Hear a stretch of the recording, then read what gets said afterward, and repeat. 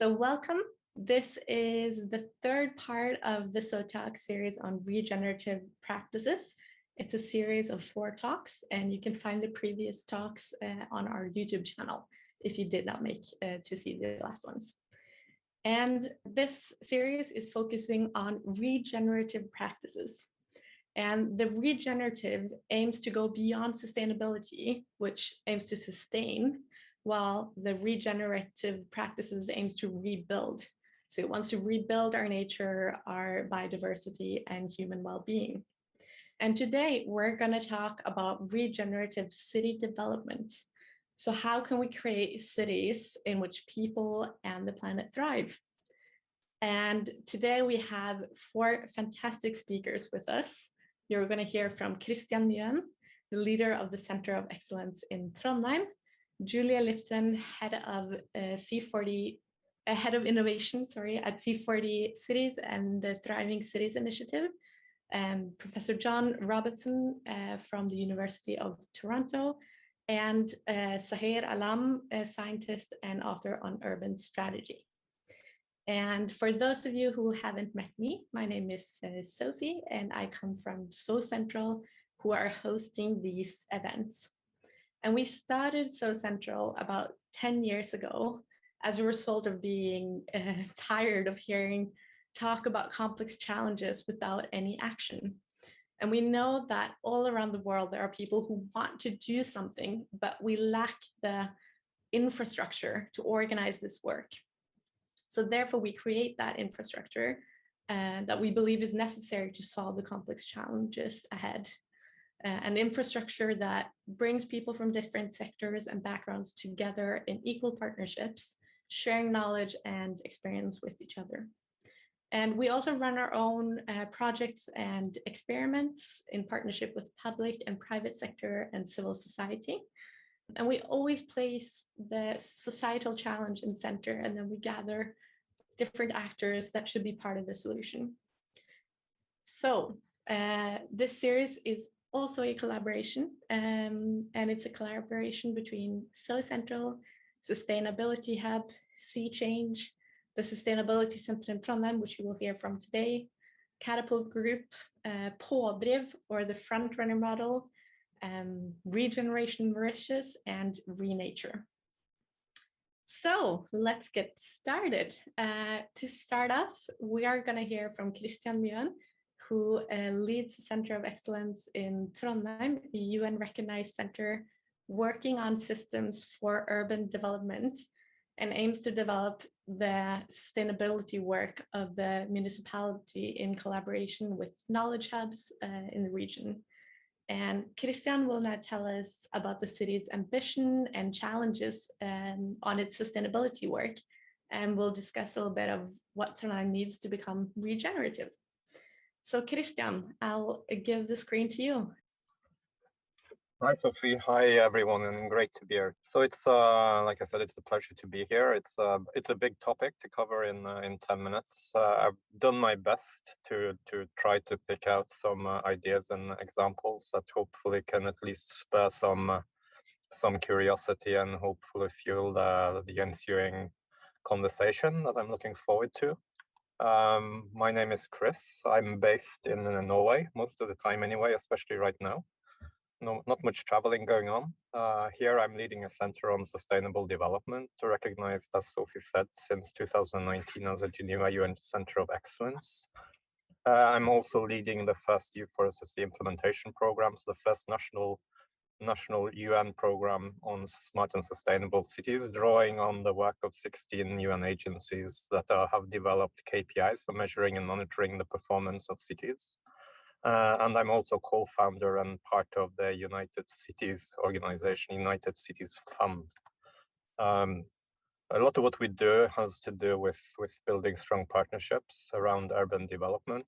And we do this with a specific understanding of regenerative. I know there are competing definitions and ideas, and I don't have any strong opinions about which one is more appropriate from our perspective.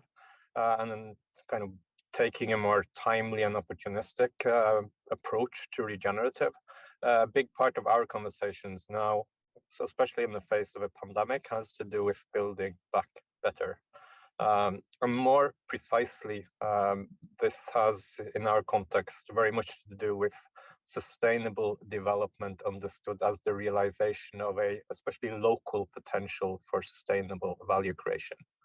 I mean, in our part of the world, we've done quite well over the last few decades, pretty prosperous, but we are already seeing now the impact in terms of, say, unemployment rates that are skyrocketing.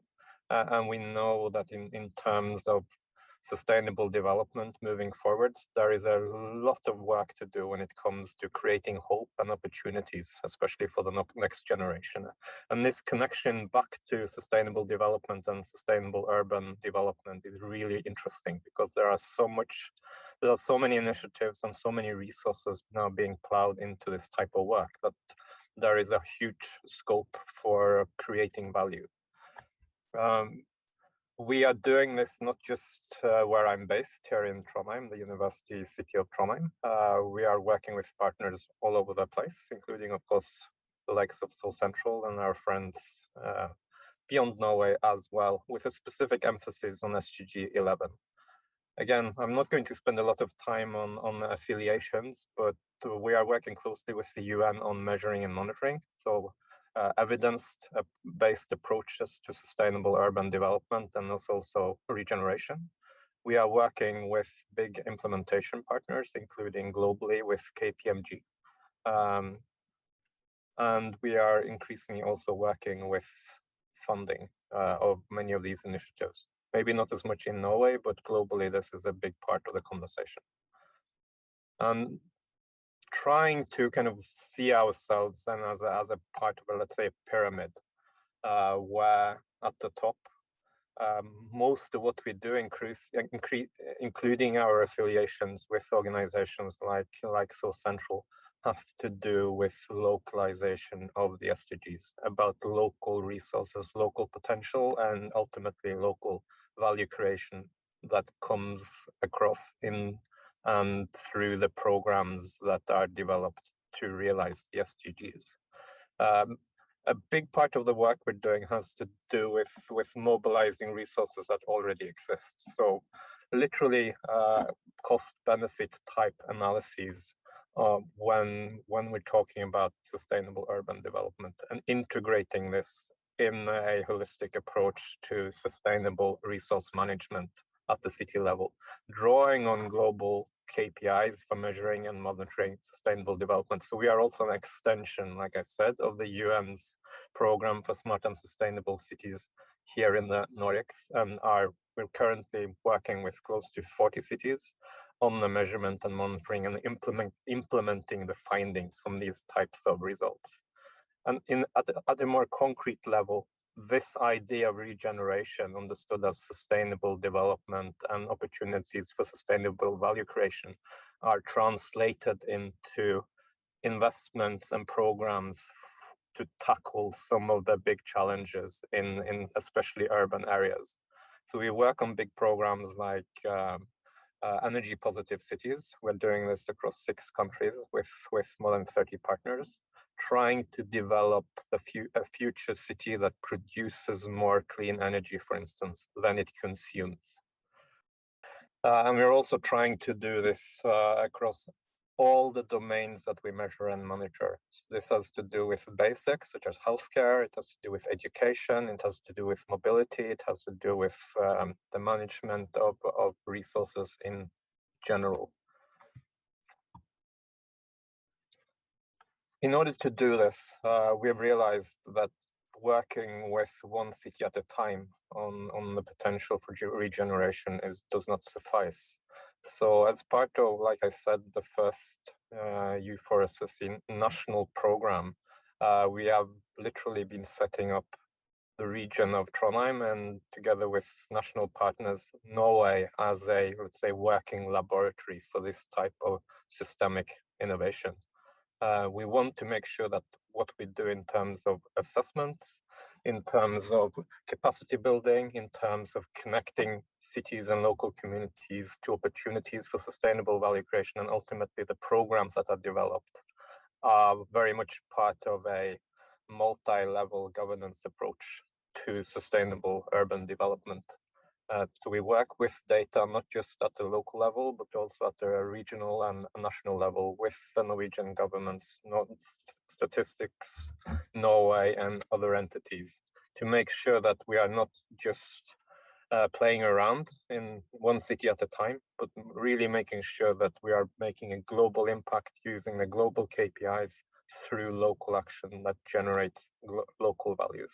And this transforms into a large number of activities, very much to do in part with everything from big implementation programs on technology, but also increasingly focusing on the need for and potential linked to citizen engagement. To make kind of a kind of system in this, let's say, chaotic approach to sustainable urban development, we are kind of trying to sort our initiatives and contributions into 4 different domains. And I think this is particularly interesting from a perspective of regeneration and value creation. There has been a lack of consistent and globally recognized KPIs and standards for assessing the performance and potential for value creation. This is in part being addressed now through more evidence-based approaches to this type of evaluation. Once these are in place, though, there is nothing in the data themselves that can inform on how well the cities and city networks will fare when it comes to realizing potential. So a big part of what we're doing is, like I said, linked to typically to capacity building and optimizing local ecosystems to make the most out of the available information. Thirdly, a big part of what we do has to do with exploring opportunities, specifically on partnerships with solutions providers, funding opportunities, and knowledge hubs to ultimately generate an impact.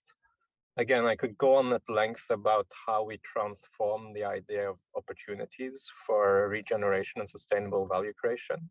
But it's literally a process of connecting a shared, let's say, accounting system in which the sustainable development goals are a critical element. But doing this very, very localized, both here in Norway and beyond, with international partners that represent a multitude of tools that can make the most out of the local potential. And then finally, journeyfying this approach, creating shared calendars, creating shared maps, and making sure that what happens in one place can amplify and inform and hopefully also inspire and support action elsewhere. Those were my 10 minutes. I think I will end it here. Again, my emphasis is when it comes to regeneration on opportunities for sustainable value creation, and making sure that we are getting a clearer alignment between the sustainable development goals, the need to build back better, and opportunities to create hope and opportunity for people at the local level. So thank you so far.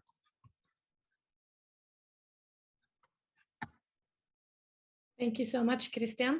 So now we'll move straight over to Julia Lipton, Head of Innovation at C40 Cities and the Thriving Cities Initiative, who will introduce to us what is a regenerative city and what that looks like, and will tell us about the Thriving Cities Initiative and how we can create cities where people and the planet thrive. So I'll give the screen to you, Julia. Thank you, Sophie. You can see my slides. Yes, perfect. Fine, perfect. Thank you for the promotion when you introduced me before, head of C40. Now I'm the head of innovation and been running this initiative called the Thriving Cities Initiative for some time. So apologies, it doesn't say regenerative cities, but essentially it is one and the same thing. So thriving cities are regenerative as well as distributive cities. And I've been asked to introduce this concept of the thriving city or thriving cities development, but I would probably say that it doesn't currently exist. But I do think it has the potential to be the solution to a lot of our urban sustainability problems, and also set us on a pathway to a good life for all people in the planet. The concepts that I'm about to take you through, predominantly donut economics, but it is a collaboration. The Thriving Cities Initiative is a collaboration between Donut Economics Action Lab, Circle Economy, and other partners, and it's funded by the by KR Foundation, sorry. But what we've been essentially trying to do is work with cities to create meaningful examples of what it means to do regenerative distributive design in cities. And as Kristian just said, it's about driving local value through a multidisciplinary approach, because we need to do it in various different ways. So just a quick note for those of you that don't know, C40 is a network of 97 of the world's largest cities. And what we do is we connect mayoral leadership as well as city policymakers to share knowledge around how they create climate action, but also better equity in our cities. Our cities are the centers of population, but also centers of economic activity. So they're where the impact of climate change is being felt, but indeed also where the emissions are being generated. And I don't just mean the emissions that are from the buildings, the transport and the infrastructure of the city and the energy used in it, but also the goods and services consumed in the city. Our cities are the centers of urban consumer culture, and they are driving our economic, global economic system. And therefore we have an influence, an ability to influence that. So if cities have the ability to influence consumer culture, they also have an ability to influence agriculture, industry, manufacturing emissions, for example. But right at the moment, we've all been stopped because of COVID-19. And I think this has forced us to acknowledge that this system, this big global economic system of consumptive growth, is not sustainable, and nor is it good for us. As we've seen, at the start of the 21st century started with, the global financial crisis, but you will hear, I am Australian. So we had bushfires in Australia, but also California, nationwide. Also the Amazon was out of control on fire. We forget these things quickly because we're now faced with a COVID pandemic, but these things need to be front of mind. We've seen floods and droughts and increasing volatile weather that puts our supply chains into disruption. It affects our food production and therefore the sustainability of our societies. We've recently seen systemic racism come to the forefront as it persists in our institutions, and people really coming to the streets with social unrest in protest of this continuing lack of action. And then finally, we have COVID-19. This is a health crisis, but it will morph into an economic depression, one that we have not seen in any of our lifetimes. And what I think this does more than anything is prove to us that it is a globally connected world, that it is no longer about the climate crisis or the social crisis. It's not about just biodiversity. Everything is interconnected. And this is where I think this concept of regeneration has an opportunity to make us rethink how we design the very system that's creating these problems. So more of us, because of COVID-19, recognize that we need to change, or rather that things are changing, whether we like it or not. The challenge for regenerative development, I think, is to make sure that this change is positive, that it creates better sustainability and equity for all people. And while technology will definitely be part of the solution, I really do think the challenge for us, for cities, governments, for business alike, and indeed consumers, is to reimagine how we live, work, and play in our cities, and to really focus on what's important to us right now, which is seeing friends and family and being connected and living our lives in the things that really are meaningful, and let go of the things that are non-essential. If we are successful in this, I think truly the greatest breakthrough of our time will be an evolution of what it means to be human. And this will be a positive outcome for all if we make it that way. So I introduced to you the donut. Kate Raworth's vision for an economic system that that secures a good life for all people within planetary boundaries. It puts humanity at the center of the economic system and makes the limits of our planet the innovative boundary that we need to work within. For those of you that aren't familiar with the donut, the green space is the safe and just space for humanity, and it's driven by regenerative and distributive economic activity.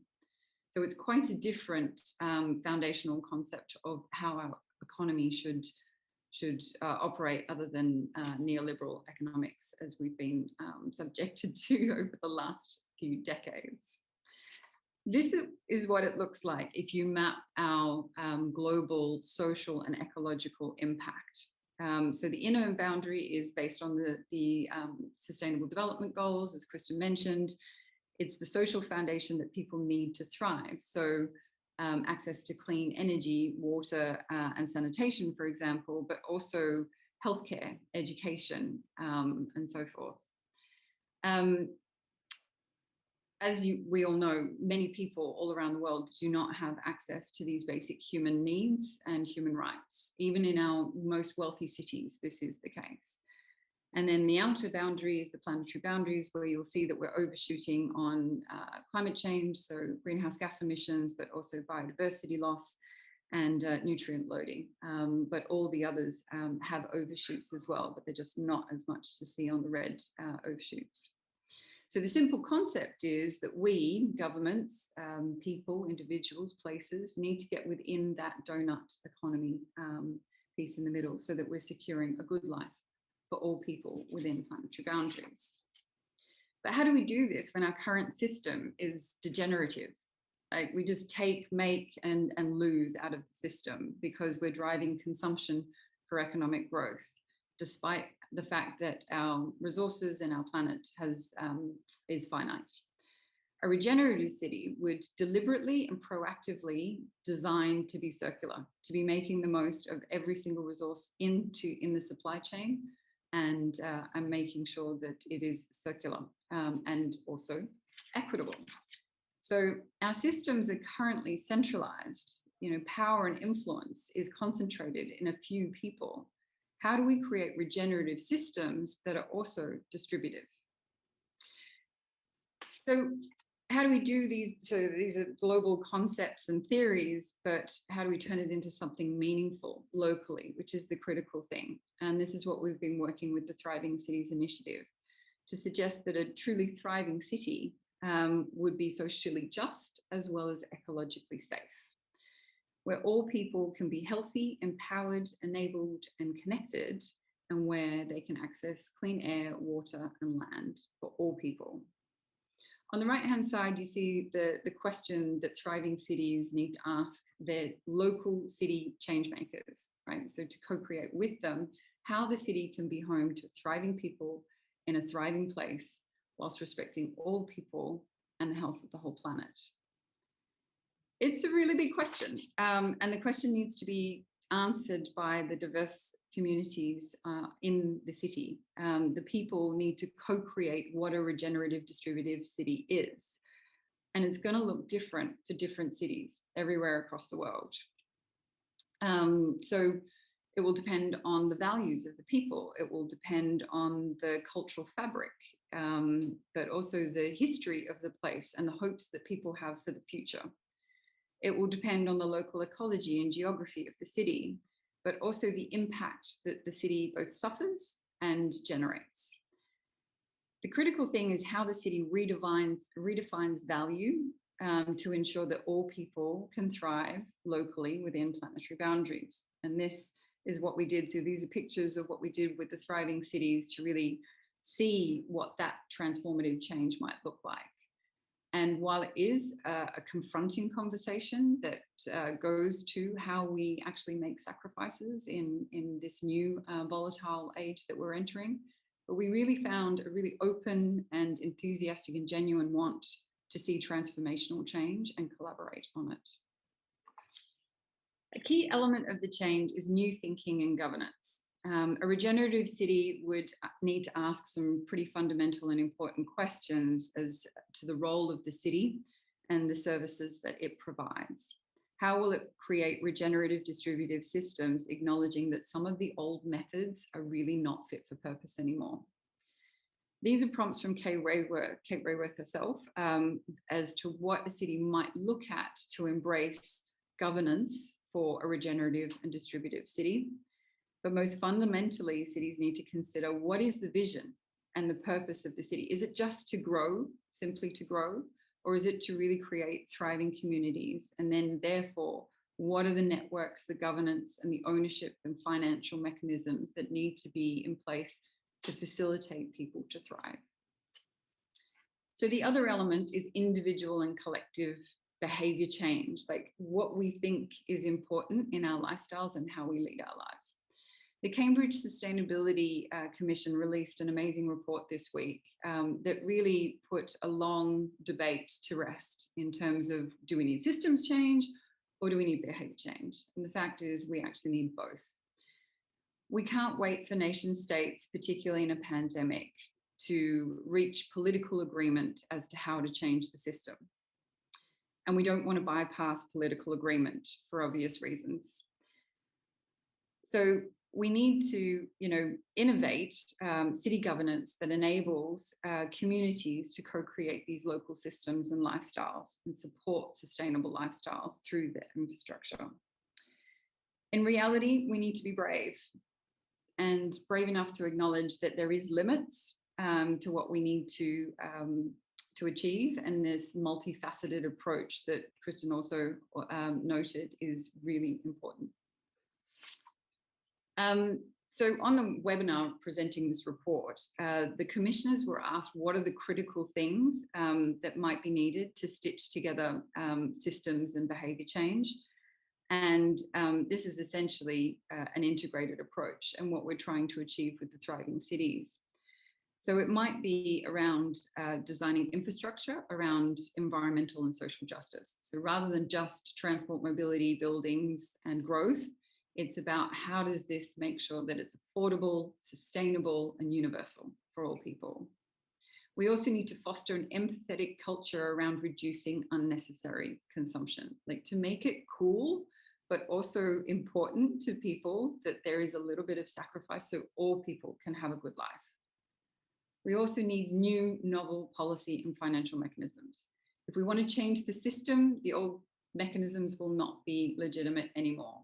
But these mechanisms need to mobilize new markets and business that services essential needs and sustainable lifestyles. And then finally, this reform of governance and priorities, and indeed the metrics, which Kristian also mentioned that he's working on, about being agnostic to growth and tracking trends and interdependencies. Everything's complicated and interconnected, and like a simple GDP metric or indeed just tracking employment and unemployment is just not sufficient anymore. So to bring you back to the critical definition of what a thriving, regenerative, distributive city might be, it's socially just and ecologically safe. And C40 is engaging city governments on this, but ultimately, each city will need to work with its people, its businesses, its academia, but also arts and sports and cultural agencies. So basically anyone willing to embrace the change and wants to make it a positive one. It's complicated, but it will be beautiful if we all combine together and stop saying, well, someone else needs to do it. So with that, I really look forward to hearing from my fellow speakers who are actually making this kind of work happen in their various cities and places. So thank you, Sophie. Thank you so much, Julia. That was a really nice introduction to the topic, and it's great to hear more about Thriving Cities Initiative.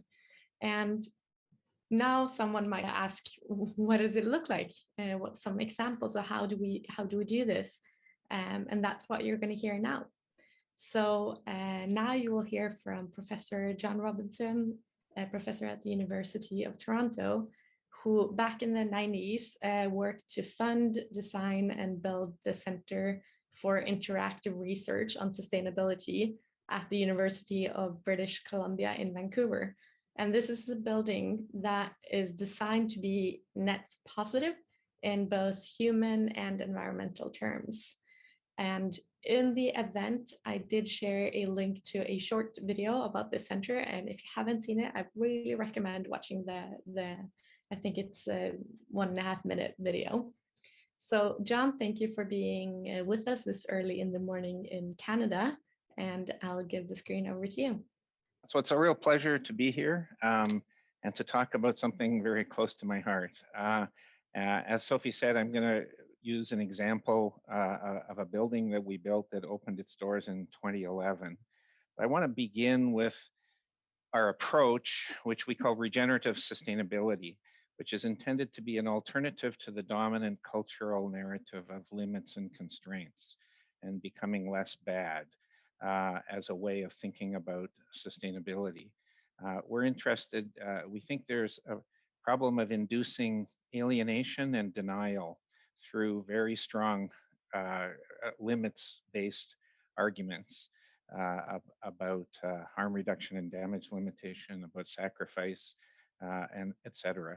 And so we're interested in an approach to sustainability that looks for forms of human activity that don't have to be reduced because they're damaging, but that simultaneously increase human and environmental well-being. In other words, it's not just the environment, it's also a lot of human restoration and regeneration that's needed. And it's not about being net zero, it's about being net positive in both dimensions. So back in 1999, we started talking about how we could do this at a building scale. And that led us to a long process, took us 11 years to build CIRS. I don't recommend that, but we learned a lot in the process. So this is the Center for Interactive Research on Sustainability that opens its doors at the University of British Columbia in 2011. These are all the systems, or many of them in CIRS. Don't worry about them. I just want to talk very briefly about the fact that from the beginning, our goal was to build a building that was net positive in 4 environmental ways: in energy, operational carbon, water quality, and structural carbon. A less, certainly in those days, less understood but crucial component of the carbon budget approach. And also net positive in terms of human well-being, health, productivity, and happiness. Can we build buildings that will make people better off than they were if the building wasn't there, and make the environment in which the building exists better than it would have been without the building? So that was the goal for CIRS. And then treat it as a living lab over its lifetime of continuous teaching, learning, exploration, and improvement. And so that was the original concept back in 1999. By the next few years, we spent trying to articulate what this might mean in practice. Took us a lot of time to get funding and so on.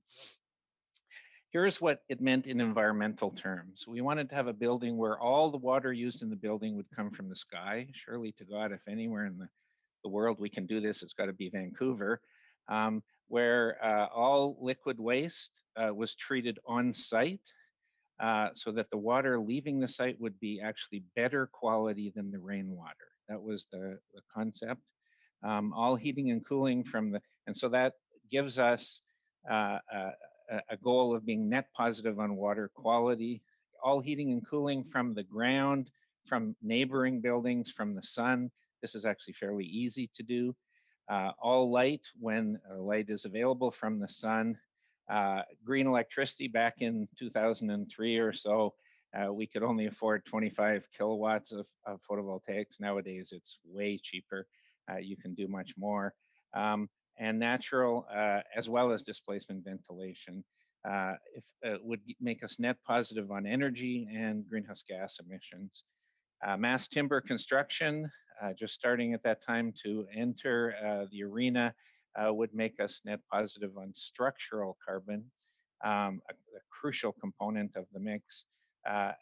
And therefore, if we succeeded, we have a building that restores the environment around it and then treat it over its whole lifetime as a continuous living lab, especially on technical performance issues, but also on the behavioral interface and the question of human well-being. So that was our concept during the first decade of the century. this century. I don't have time to give you a lot of detail, but I'll give you a couple of the results on the environmental performance. Well, really one result on the environmental performance side, the energy performance. The red bar is typical EUI, energy use intensity of Vancouver buildings at the time, close to 300 kilowatt hours per square meter per year, pretty depressing number. Our goal was to get down to 60% below that, the blue bar.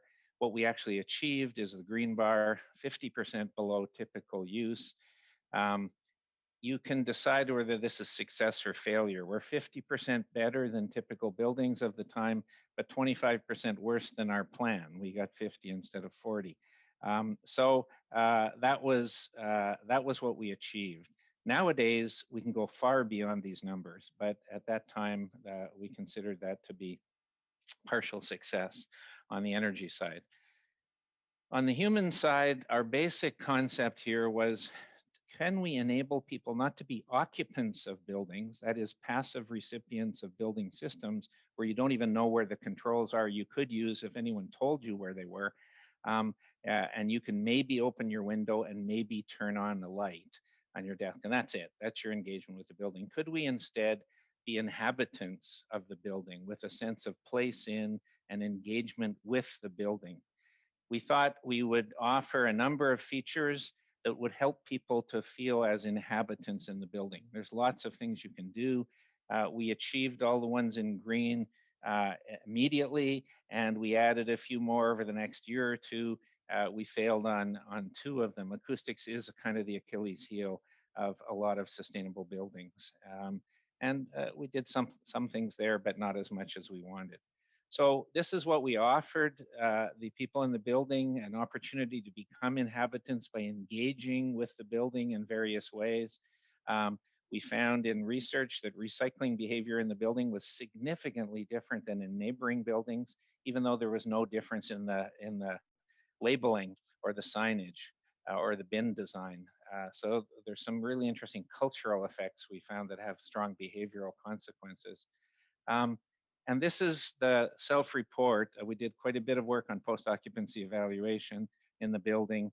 We have much more detailed numbers, but these are the summary numbers. In terms of health, very positive feelings relative to their previous building. Productivity was also up, and overall well-being significantly higher than in the building that the inhabitants of CIRS previously occupied. So we thought we did pretty well on that front. Overall, we achieved 5 out of the 7 net positive outcomes. So we did not achieve the energy one for a whole bunch of reasons I can go into. And having full sewage treatment in the building turned out to be a bit of a logistical and management difficulty. So that one we didn't achieve either, although, as I said, we learned a lot. The lessons, I think, that come out of this are the power of a net positive story. This turned out to be really important for people, having the sense that things can be better, not just less bad, they can actually be better. The building can actually make things better. This is a story we were told, people told us they've never heard before. That's a pretty depressing point, but I think it's true. We keep going around saying how bad things are. We don't enough go around saying what can be better and how. The barriers are not fundamentally technical, and they're not fundamentally economic. They look economic, but peel back the onion and you find they're institutional. They're the rules of the game. They're job descriptions, performance evaluation criteria, codes of practice, regulatory requirements, professional standards. Those are the barriers. Those are what determine what people do on Monday morning. And so you have to dig deeply into the institutional guts to start to change the rule system that governs behavior. A social practice approach is quite helpful in this context. Extend the integrated design process to the whole building life cycle. Communication, feedback, and monitoring are essential. You never quite get there. It's a work in progress. You can always improve. It can always get better. And don't lead with environmental well-being. Don't try to sell your sustainable house or building on its environmental performance. Sell it on its in terms of human well-being. They're very closely connected, but it's way more interesting to most people. So go to the showroom of Velux in Copenhagen. They sell roof windows, but they don't market roof windows. They market sleeping through the night. They market good air. That's the way we get sustainability in the built environment, I believe. Finally, I was asked to say a word or two about, we developed 5 metaphors to guide us in how to change the institution we're part of, because building this building took 11 years, partly because it was so out of sync with normal operating procedure. So we had to learn a lot about how to change the university to make this kind of building possible. And here's our 5 metaphors. The first one is needle in the groove. This betrays my age. The needle always falls back into the groove, right? That's what gravity does. We're trying to dig new grooves. You have to stand and hold the needle in the new place in order to dig a new groove, to create path dependence in a more positive direction. Plate spinning, there were 9 offices at UBC who could kill this project dead. We had to identify who they were and visit them frequently enough to give the plate a spin on the top of the stick, because if the plate falls off the stick, you're screwed. So you have to figure out who can stop you, often for reasons nothing to do with your purpose, and you have to engage with those parts of the organization. Bricklaying, every meeting I went to, I had to have a new positive development. There has to be a new brick on the wall. Always something new. You have to create that sense of momentum, or else you're perceived as dead in the water. The mosaic, we had to do partnerships that the university wasn't typically doing with all kinds of agencies and organizations and civil society partners. You've got to be the grout. Each partner is part of the mosaic. You have to be the grout that connects all of those in new and hopefully beautiful ways. And finally, everybody stands in the wall at the dance. They're watching the dance, but they have to join the dance. So they have to get the wallflowers off the wall, find ways to encourage them to enter the discussion. And I think I'm out of time, so I'll end there. Thanks very much. Thank you very much, John, and really enjoyed these 5 metaphors. And I believe a lot of people in the audience can recognize themselves being at some of these levels before. And of course, to everyone in the audience, I see that you're typing your questions in the chat. Keep it coming. We do have time for quite a lot of questions in the end, so that will be very interesting. Moving on to last but not least, our final presenter. With a lot of new technologies and new programs and smart city solutions, they compete with existing neighborhoods. So how can we level the new solutions with new and emerging developments to ensure inclusivity,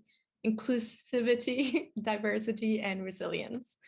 So last but not least, we will travel from Canada to Mauritius and hear from Seher Alam, who is a research associate at IAE Paris Sorbonne Business School and author on strategic urban development, and will now tell us a little bit about the National Regeneration Program in Mauritius and share some experiences from the program.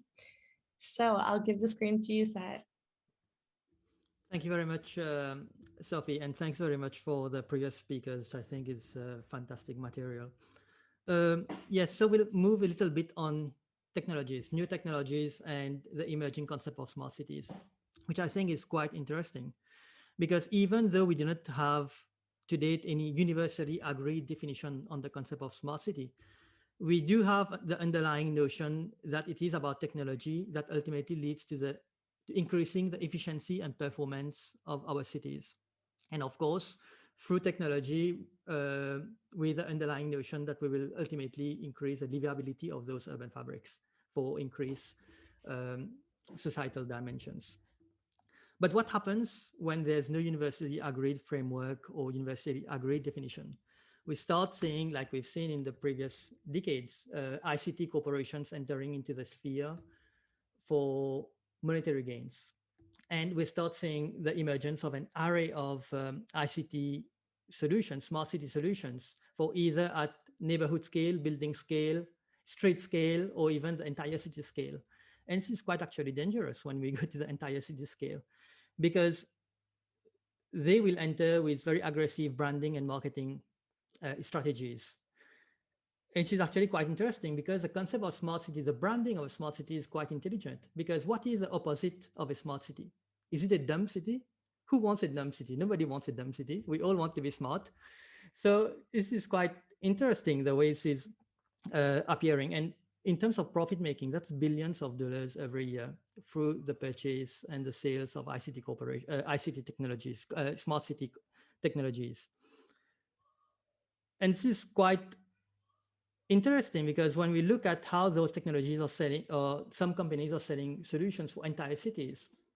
Some governments, for example, would want to push to showcase that we're turning towards new solutions, new technologies, and so on, and adopt the same smart city scheme, but through entirely urban development skills. And then we see the emergence of entirely new cities to compete with existing cities. And this phenomenon is quite interesting. And it's not entirely bad for governments to turn towards smart cities, but I think that the interesting part, looking from the academic perspective and also the international perspective, is when we talk about cities, we all have different perceptions of the scale of a city. For example, in the scale of Tokyo to Canada to Malé in Maldives to Mauritius and to some parts in Asia, we will have different ways of how to quantify what definition a city is to a village or to a town. And when you mention about Mauritius, it's quite interesting because we, for the international audience, this may be kind of an interesting perspective, because our capital city is Port Louis, 150,000 people, and just 10 if we draw a 10-kilometer radius around the capital city, we'll have 9 smart cities. So the question is, can we call them cities, or do we call them towns or neighborhoods? Because the scale is quite interesting. And I do think for the scale of Mauritius that somehow concentrating, let's say, urban nodes through different villages or around could be beneficial in terms of reducing traffic congestion and so on. But on the international scale, when we look at emerging cities competing with existing cities, it's not sustainable. Why? When we look at that question for Mauritius, what we saw is we asked what happens to the capital city of Port Louis. Will all the existing businesses flock to the emerging cities because they will have brand new buildings, new infrastructures, new roads, better management, and perhaps even better governance? And then what happens to the appeal of the residential towns in existing cities? And what's also interesting to look is those emerging cities somehow, to tap into the global perspective of smart cities, tend to adopt modernist ideologies. So glass building and street structures, which are not sustainable and also not culturally sustainable. Because the old cities is where the old fabrics are, the old stones of the city, and where the identity and the heritage lies. And it will be a real pity if we see existing cities fall in a state of urban decay in the benefit of emerging cities. So what we proposed to the government of Mauritius in 2018 was to create a national regeneration program, which is a scheme which offers existing cities the same fiscal package of benefits than smart cities. And this is very interesting because usually for smart cities in Mauritius, you'll have one developer, so one private organization that will tend to gain from those fiscal package of incentives to develop entire Mauritius scale city, which is very small. But when we propose to replicate the same package of incentive for an existing city, is quite interesting, because when we delineate an action area plan, for example, it encapsulates hundreds or even thousands of landowners. So it means we're really democratizing, decentralizing the offer of fiscal mechanisms to entire population. And this is very interesting because then through this scale, we can really encourage people to invest into their own city, invest into the way they would want it. And also to promote local jobs, local innovation, and to find new solutions, local solutions for their own problems. So really contextualizing the offers that the population can come up with by benefiting for those tax rebates, tax holidays, and so on through the use of technology. And this is quite interesting. One example that is, I think, is quite novel here, which the government is still trying to figure out how to put into application is, for example, you have a business of 1,000 employees, a big building. In front of your street, you have lots of potholes. In the normal case scenario, you usually wait for the government to come and repair the potholes. But through this type of scheme, you can provide incentives for businesses to repair the streets themselves in according to specific guidelines. So now what about repairing parts, regenerating entire parts, public spaces, and so on? So the possibilities are endless. But that said, there are a lot of challenges as well that keeps, and a lot of concerns as well that worries means the space of technology and space of cities. One example, I think, which in numerous countries they're facing, this is the case of smart cities. When government has the capacity to invest into safe city concepts, we would tend to trust that the data would be used for the public good. But the challenge comes when the government doesn't have the financial capacity to invest into those safe city concepts or policing concepts. Then what happens? We would tend to turn to the private sector. And even if we have very robust frameworks of what the private sector can do with the data, we enter completely new realms that previously we didn't have. For example, if the private sector converts the data in digital form to a graphical form, we enter a new realm of legislation, from data to creative industries, and they can do whatever they want with the data. So if the private sector somehow really wants to use the data for commercial reasons, they will have creative opportunities to do so. This is one challenge which I'm quite worried about. The second one is, I was talking about this to a friend just yesterday, is about Starlink, the satellite web, the satellite Elon Musk proposal to beam internet on the Earth, which I think is a fantastic idea and offers incredible opportunities for rural regions. But then who regulates a technology who is not even on Earth? It's in space. So again, we'll have some interesting concerns going forward, and it's very interesting to see how those technologies, regulatory frameworks or approach in the long run. I think maybe I'll stop here and we can take over in the questions. Thanks, Sophie. Thank you. So now we've heard a few examples. We have a speaker board that's really sitting all across the world, and we'll go through the questions. So the first question is from Andre to Kristian, who wondered what values are the ones being measured in your KPIs and measurements on the municipality's sustainability work. Could you elaborate a little bit on this? Thank you for the question. It's of course it's a big conversation, but I think at the bottom line of everything we're doing, it's an approach like I think we've heard from several of the speakers, where you're basically trying to account for a kind of multivariate understanding of value creation.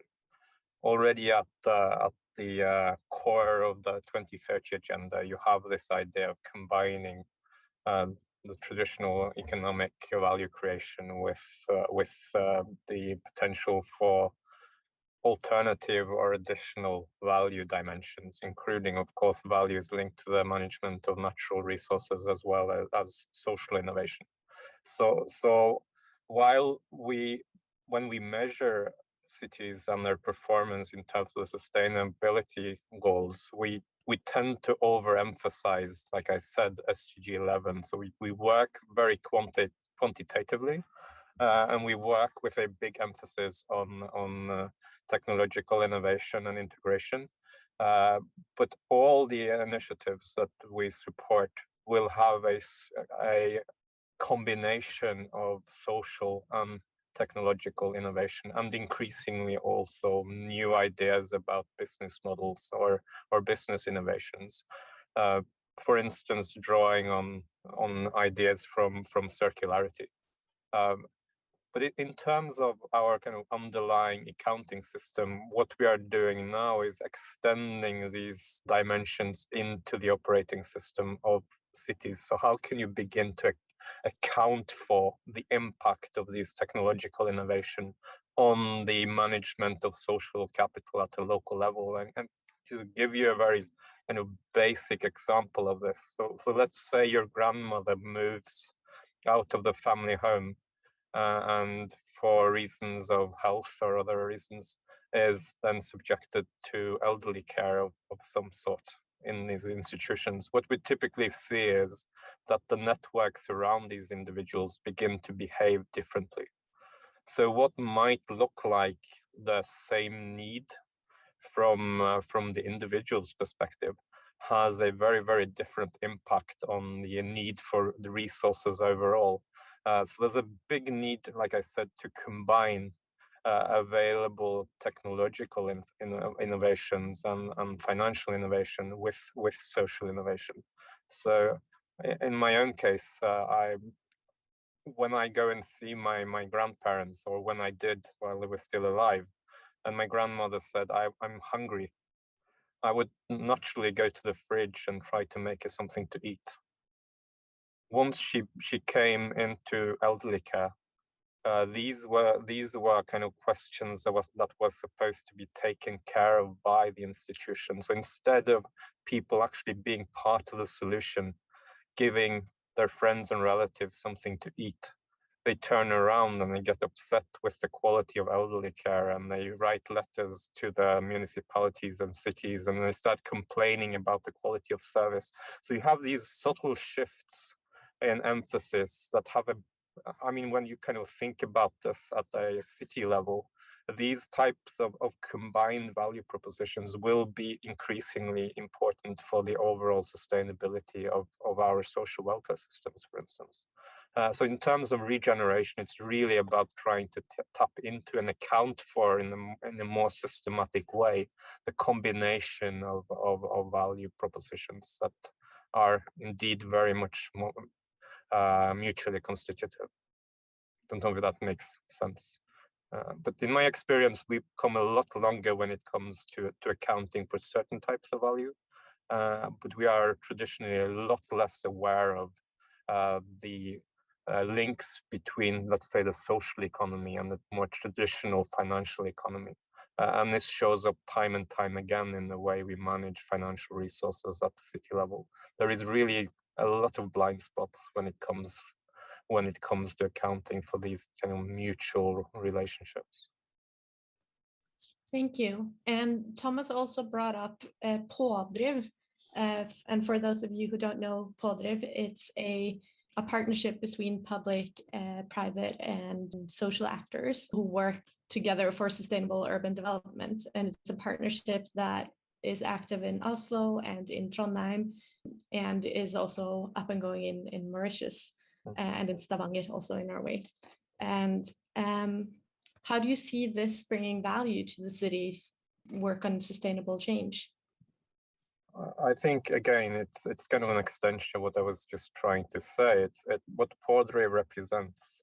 It's not just a tangible approach to localization of the sustainable development goals, and I mean literally localizing to a neighborhood level. So it's not something that happens in the abstract, but it's bringing people together in a physical space. So it could be a city, or it could be parts of a city. But more importantly, it's really speaking to this idea of creating shared value. I know the likes of Michael Porter and others have been trying to kind of peddle our way out of neoliberal economics and begin to account for the diverse forms of value, or negative value even, created through different types of initiatives. And pådriv is it's not just a reminder, but it's a systematic approach to this type of multi-dimensional value creation. And I really liked, for instance, what John was sharing about these very practical examples, because exactly what he was speaking to is what we're beginning to see, right? So when we have, for instance, one big program now that is touching on 38 cities and municipalities, but the whole idea of the program is to create positive regions. And of course, positivity in this context not only has to do with the positive impact on energy systems, so positive energy cities or city blocks, but it has to do with creating jobs rather than taking them away. It's about creating an impetus for people to move somewhere rather than moving away and leaving an elderly population in its space. So Pådriv is a very practical way of operationalizing the sustainable development goals at the local level, and really trying to deliver, not least on SDG 17, like what does partnerships for the goals actually mean when you translate that into implications for practice. And again, it's this idea of multidimensionality and the mutual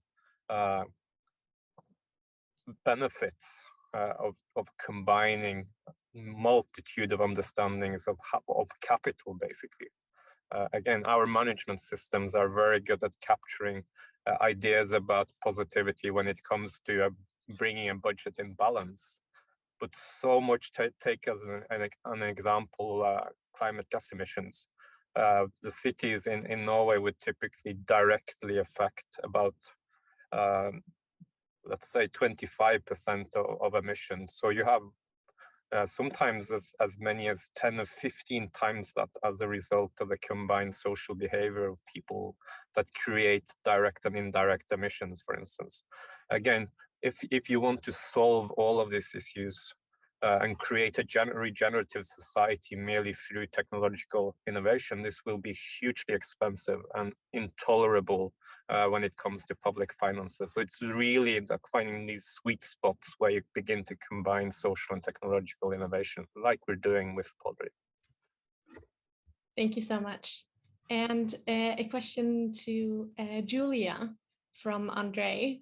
Communities are mentioned often, but often there's a lack of social cohesion and international living in a place to foster community. What mechanisms could maybe facilitate a shift? It's a very, very good question. There is indeed a lot of places that don't have great levels of social cohesion. Indeed, and when I was working for the City of Sydney, the resilience work that we did discovered that the greatest challenge that the City of Sydney had was racial inequality, but also racial tension. So how do you bring diverse communities together when that tension's there? It's all good and well to say, we're just going to bring everyone together and have a lovely workshop and come up with some great ideas. It doesn't actually work that easily in practice when you're sitting in city government. What we're trying to do with Thriving Cities is work with networks of people that do have an affiliation or a connection. So this is why I mentioned sports and arts, culture organizations. So faith groups will have really strong networks of where they feel part of a group together. So if the city government can get the champion or the city change maker within that network and work with them for them to understand how to create this values connectivity, then and how to co-create with their own influence chain, then that is where we're sort of thinking we could overcome such challenges. So it is not easy, and but there is growing examples of how those influence networks are working. I also just wanted to pick up on Kristian's point, which I agree wholeheartedly in terms of this multifaceted KPI piece and bringing the quantitative together with quantitative, but also the environmental and budget with the social, which is really tricky. And we as systems of governance, but also our culture and our skills gravitates to quantitative things, whether it's greenhouse gas emissions or dollars. We like to quantify in order to prove and get more money in order to do the great work that we're doing. But a lot of the things that we need to start concentrating on are not that easy to measure. And to try and give it, I have a colleague, so I'll credit it for Catherine Trebek of the Wellbeing Economy, has this concept of a super indicator, which goes to what Kristian's saying, is that if you track, for example, girls riding their bike to school, you would be tracking bike infrastructure, but also safety in the community, because you as a parent would not let your little girl ride her bike to school if the roads were not safe, but indeed that there was pedophiles in the community or whatever else. So it's safety, bike infrastructure, potentially air quality as well, you know, so, And then ultimately, if that infrastructure is in place and the air quality is good, you've got really low emissions. So it might be deemed a super indicator because it's tracking the social as well as the environmental, together with an infrastructure piece that this city has really quite a lot of control over. Debatable, actually, whether cities have control over all bike infrastructure. But yeah, I just wanted to add that example. And I think that's also an important point, like how do you measure that value creation? So it's easy to measure money. It's not as easy to measure safety in a community. So how, there was a question to Kristian also on how to include national capital accounting in your approach for Trondheim, and how to include value creation regarding nature and biodiversity, but also just to add like the social aspects as well. And this question can go to everyone if anyone else wants to comment on it as well. Yeah, I mean, again, super important and very, very big question. As a kind of fun fact now, I think, please correct me if I'm wrong, but I think Norway now, I guess together with Ghana, for instance, that has really been one of the front runners internationally in connecting different levels of governance, will be one of the first countries to deliver at the UN high-level forum in July a story about sustainable development that really taps into evidence or data source, not just at the national kind of average level, but including a sub-national review of our performance in terms of the SDGs, as well as local voluntary reviews. So that is very exciting work, and a lot of the stuff we're doing is then trying to embed this in the overall as a resource management planning systems, including accounting for investments in budget through climate budgets. Again, this is work going on across multiple cities. There's a lot of progress on this in Oslo and other cities here in the Nordics. But this is kind of part of the ongoing work to connect these dots. So literally bringing CO2 into the conversation about city budgeting and planning process. And I think we're already beginning, although it's still immature, and I would love to see great examples of how this is being handled elsewhere. We're beginning to see the incorporation of let's say, social capital type data into the more traditional business or budgeting cycle of cities. So literally trying to operationalize this idea of a triple bottom line within the kind of existing planning and management system. Great. And I saw, John, did you have anything to add to it? Yeah, this is a crucial issue, of course. And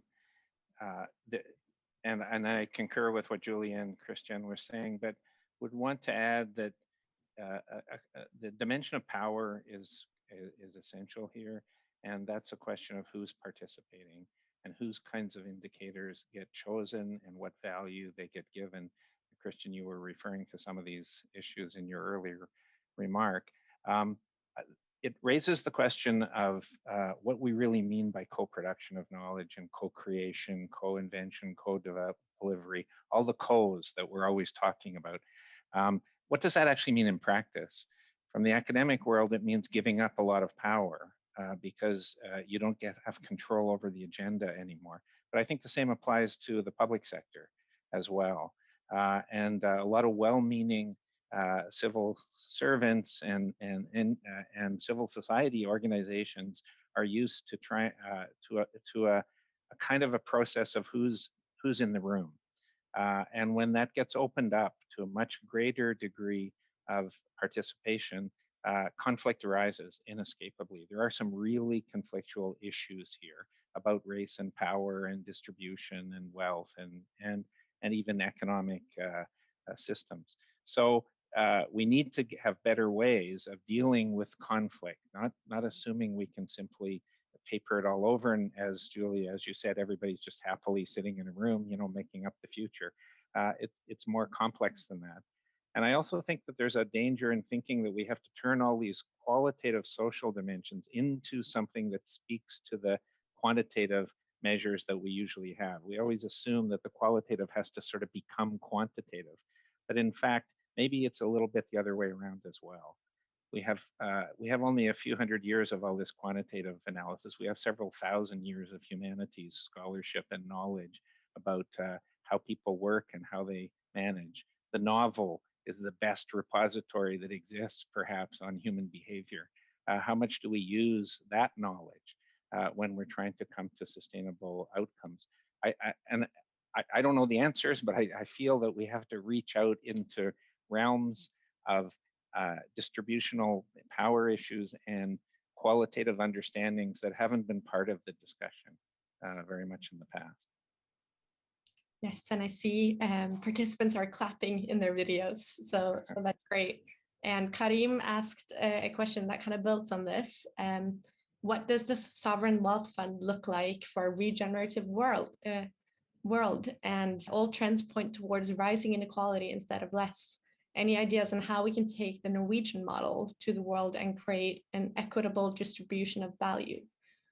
How do we take the Norwegian model? I guess I would need to define, or at least we need to concur what would be the definition of a Norwegian value.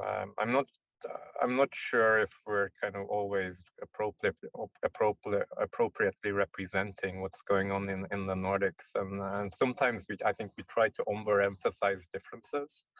But in terms of what John was saying, I think it's at least fair to say that we have still a measurable level of trust in institutions and processes that makes for a more effective decision-making process. And in general, people are more likely to align to ideas without some of at least the social conflict that we might see in other parts of the world for very good reasons, by the way. But I'm not sure I would accept that the Nordics has always been super reflexive when it comes to accounting for how and to what effect this level of trust came about, and how likely it is to continue existing. But I think power relations is a very, very, very big part of this conversation. And like John says, this whole conversation on smart and sustainable development needs to be grounded in a very kind of fundamental understanding about man as part of a society. And our theories of change, although it might be subtle, tend to reflect often on unpronounced or unclear ideas about where do we think the problem lies. Like, are humans the problem that smart cities are supposed to be solving, or is man more the measure and part of the context in which we're trying to make it work more pragmatically? So I think in terms of exporting anything at all, it should at least be a kind of an analytical framework that more explicitly kind of clarifies some of these basic assumptions, and only then I think can you begin to kind of tap into to John's point, which is easily translated into implications, say, for democratic innovations. So we are now seeing, not specifically in the Nordics, but I think globally, a shift towards, for instance, ideas about citizen participation with a much stronger emphasis on resource mobilization. So we have in the Nordics seen, on the back of work being done elsewhere in the world, not specifically here, a surge in examples of what typically is referred to as deliberative mini-publics, for instance. And these types of citizens' juries, more kind of place-based and temporary approaches to democratic innovations, are kind of typical examples of this kind of shift or on emphasis in the way we think about, for instance, the working relationship between elected representatives, for instance, and the population at large.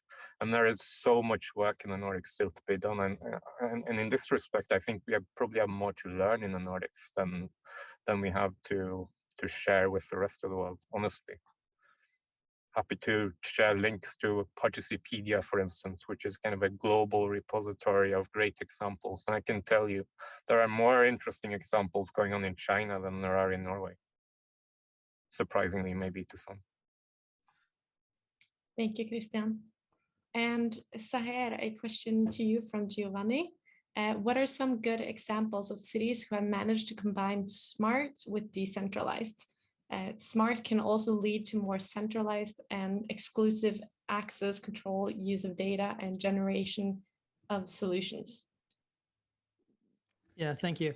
I think for me, perhaps the best examples of smart cities wouldn't be new cities, emerging cities. It would be old traditional cities. We'll take the examples of Barcelona or Amsterdam, but also those allowing, how do you say, democratized solutions, not only sending all governmental contracts to one provider, but allowing a local ecosystem that the own city can create their own solutions, but not one provider.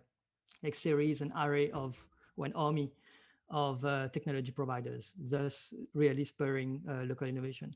I think on this front as well, technology may not even be the first solution in this instance. Probably in some, for example, we did a mission in Benin a few years back, and we had to regenerate the city through technology. And when visiting one market, which was called Dangtokpa, the largest market in Western Africa, we saw the amount of waste that were being there. And our first proposal, they had the issue of waste on one hand, and the second, the issue of Islams. And it looked like there were no conversations really happening between the government and Islam dwellers, and there were a forceful approach to waste management. And our first solution was just to connect and to get everybody talking, because there could be a solution of recycling the waste into housing units, into bricks, materials that could be used. Labor was already there because people needed jobs. So it was just a matter of looking at the ecosystem and providing the environment, the appropriate environment that where all this ecosystem could thrive, providing the finance, the fiscal framework, and the governance perspective. And for me, I think this is also a smart approach. It doesn't obviously comes with technology. I think technology is the underlying foundation, but not always they are present for all the problems that a city can achieve. And I think for me, allowing those types of ecosystem is key, and where not only one provider will prevail, but an army of localized solutions can emerge. Thank you. Thank you. And Jackson has a question that goes for all of you. Who's going to fund the construction of smart cities? Because taking Tanzania as a case study, poverty still put government overpowered to reduce even in agricultural infrastructure. Maybe I'll go first on this one. Yes. I think it's a very good example. Last year, we were again, sorry for the anecdote, we were in a mission in Burkina Faso for smart cities again. And our mission was kind of strange because we're told to design a smart city 40 kilometers from the capital city. And our first recommendation was why? I mean, our first question was why in the capital city? It's 40 kilometers away from the capital city. I mean, it's in the middle of nowhere. I even have a picture where it's just a plain field with a goat standing under a tree. And that was the site of a smart city. And it's like, it doesn't make any sense, because the cost of channeling infrastructure just to connect a new piece of urban development in the middle of nowhere with nobody staying there is enormous and doesn't make sense.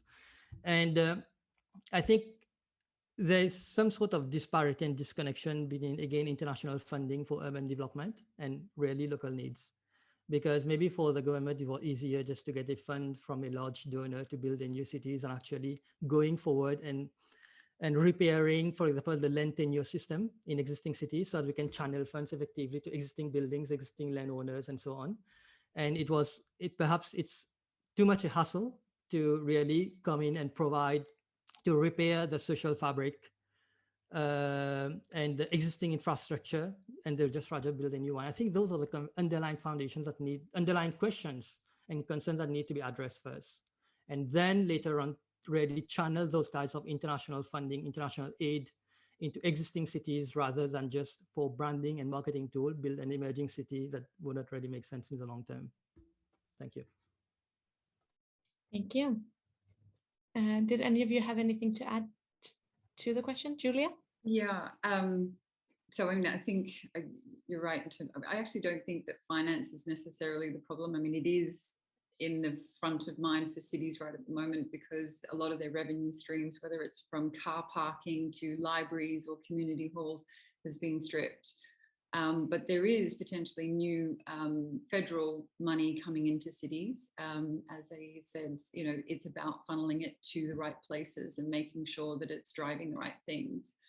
I would probably argue that technology is not necessarily the foundation, because we've seen a lot of technologies, AI, all sorts of innovations that seem great in the first instance, but are designed for profit. Right, so Airbnb and Uber are classic examples of things that came into the market and everyone said, great, this empowers the market, creates jobs, and everyone's just, you know, can rent out their vacant space. It was even premised as a sustainability empowering thing, but it really had really adverse effects for Uber drivers, and indeed cities like Amsterdam, that all of a sudden their accommodation sector just doubled overnight and they couldn't handle it. So it has really adverse effects. In retrospect, cities have been putting governance protocols around how they manage those disruptive technologies. What I think we need is a more principle-based approach of new governance models that really allows for innovation and new technology, but to be centered, as I said, around environmental and sustainability, human-centered things, rather than just saying, okay, we're going to let the business, fix the potholes in front of the building. You know, that could land up in all forms of bad unless it's structured in such a way. And this also goes to someone else said, you know, that it's really hard to sort of let go of some of the power. Indeed, that is true. But there's a lot of examples of where cities have created safe spaces where they've said, we want to give you this much money and we allow you to make this much decision on stuff. Like, I know not quite in those terms, more empowering terms, but also giving people the information and resources they need to make good decisions, and not just putting it out blank canvas to the people. So there is a really thoughtful and careful process that needs to go around building the capacity, both in government, but also in individuals and businesses, of doing this kind of innovation really well. That's super important, not just to create space. And someone asked a question about the donut being used for business and whether that could be corrupted. And I just wanted to, because it's a really important question, and Donut Economics Action Lab is very aware of it. And again, putting forward principles as to how you need to use the donut framework with integrity, so you don't corrupt it and don't use it for your own purposes. And the fundamental thing is that you do keep to those planetary boundaries and the social foundation, the environmental and the social imperative, and then the integrity is held. Of course, people find all sorts of ways of making that not happen. But we need to keep businesses as part of this solution. They're critical. And there's more and more businesses working towards purpose-driven, not profit-based models that still might generate profit. That's not a bad thing, but it has to be fit for humanity in the crisis area that we're moving forward in. Thank you. Thank you. And then I'll give the last comment to John.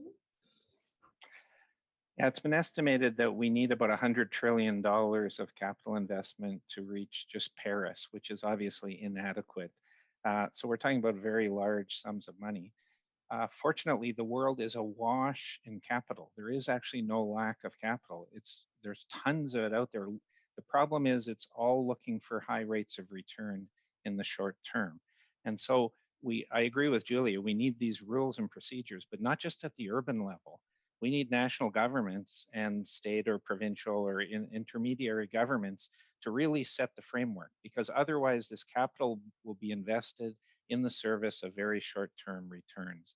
And it's likely to exacerbate existing unsustainability problems as much as address them, no matter how it's framed. So that question of how we take this capital that exists, that's looking for places of investment, make it appealing to invest. We're not going to get there if the private sector, which is the biggest engine of change on the planet, doesn't become itself sustainable. We're not going to succeed. But there need to be the rules in place and the incentive systems in place, governance processes and so on, that will shape the way that capital is invested to more sustainable directions. And I think there's a lot of change happening in the kind of sustainable finance and investment field, and some of it very positive, but we really need to keep our eye on the ball. And we also have to think about the fundamental sustainability question on the human side is cui bono, who benefits, who gains, and who loses. Every single investment, every single policy has winners and losers, and it's really important to pay attention to what that balance is. So I think we need a lot more good governance on the financing side. It's not a lack of money, it's the processes needed to direct that money in the right direction. Thank you so much. And we see that in all of these SoTalks that we come back to the governance. So we could have even had a specific SoTalk just on policy and governance. The time has been running away from us, so we almost covered all the questions. Thank you for sending in questions to all of you in the audience. And thank you to all of the speakers. It's been a really, really good conversation. And thank you for everyone who showed up today, and a special thanks to the speakers. So have a lovely day.